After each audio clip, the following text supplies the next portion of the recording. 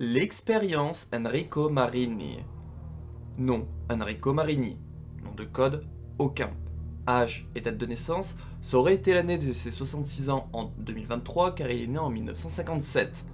Taille 1,90 m, couleur des yeux marron, couleur des cheveux noir, groupe sanguin O. Affiliation. Il a été à des dates inconnues membre de l'armée américaine. Il était membre du SWAT d'une date inconnue à avant 1996, puis il a rejoint les Stars de 1996 à 1998 en tant que vice-capitaine des Stars et chef de l'équipe Bravo. Ses missions connues sont l'incident du manoir qui s'est déroulé de mai à juillet 1998. Il n'a aucune spécialisation et son statut est mort entre le 24 et le 25 juillet 1998 à 41 ans. Info complémentaire. Il était un militaire avant de rejoindre une équipe du SWAT où il rencontra Barry Burton. Il se faisait remarquer pour ses qualités de leader. Il aimait jouer au golf. Lorsque les Stars furent créés à Raccoon City, Enrico Marini fut contacté pour en être le capitaine. Cependant, la place revint en priorité à Albert Wesker, à la demande d'Umbrella qui avait financé en grosse partie le plan Bright Raccoon 21. Il devint vice-capitaine et placé à la tête de l'équipe Bravo. Le 23 juillet, il prit la tête de l'équipe Bravo avec la rookie Rebecca Chambers et le pilote du RPD Kevin Dooley, pour aller enquêter sur les meurtres se passant dans les monts Harkley. Ils durent se poser en catastrophe, puis ils se séparèrent pour fouiller la zone.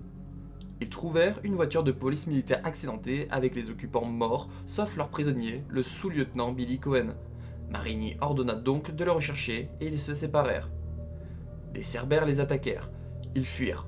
Marini et certains de ses hommes comme Kenneth G. Sullivan ou Richard Aiken se rendirent dans le manoir Harkley. Ils se séparèrent pour sécuriser la zone et attendre les autres bravos. Enrico tomba sur le tunnel menant aux installations d'Umbrella et notamment le Nest. Il s'y rendit pour enquêter. Il commença à être suspicieux envers Umbrella. En voulant retourner au manoir, il rencontra Rebecca mais elle ne voulut pas le suivre. Il continua d'explorer les lieux tout en se dirigeant vers le manoir. Il découvrit l'implication d'Umbrella mais aussi d'une taupe au sein des Stars. Il atteint les souterrains sous le manoir mais il fut blessé par un Hunter Alpha. Il se mit dans un coin en sécurité. Quelque temps après, il rencontra Jill Valentine et Barry Burton mais il se méfiait d'eux, ne sachant pas si l'un des deux était la taupe. Il leur évoqua ses craintes mais Albert Wesker l'abattit avant de fuir.